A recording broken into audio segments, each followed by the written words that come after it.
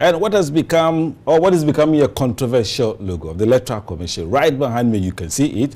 And the Executive Director of the Advertising Association of Ghana, Francis Dazi, says the new Electoral Commission logo does not resonate with Ghanaians as a public institution. Expressing concern about the timing for the release of the new logo, he indicated it should be re-examined to enable the public identify with it.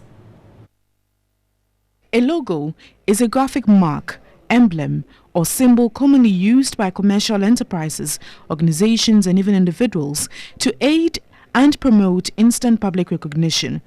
Before a logo is designed, several key elements are considered to make it unique. You don't design a logo for myself. You design it for the brand and for a certain target audience. Then otherwise, what is the need to design the logo? The logo is to communicate to a certain audience, certain brand attributes that you have. Your consumers or your target audience should be able to easily identify you.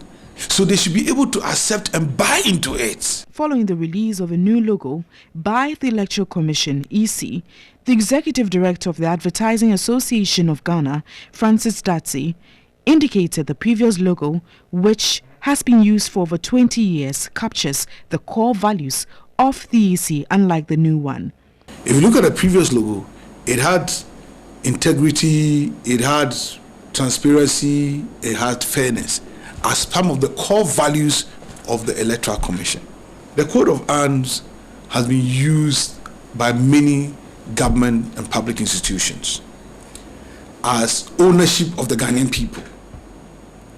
So therefore, what they could have done, because the Electoral Commission belongs to and for the Ghanaian people, is to have maybe changed the hand with the ballot box to something iconic. He explained a clear objective must be given for the new design of the EC logo. My expectation was that the Electoral Commission should have done a public competition, because there are a lot of individuals out there, and sent out a brief so that it resonates and people take ownership of this logo.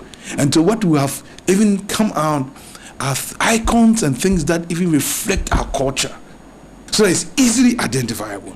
Francis Dazi said rebranding is an expensive venture, adding certain factors calls for it.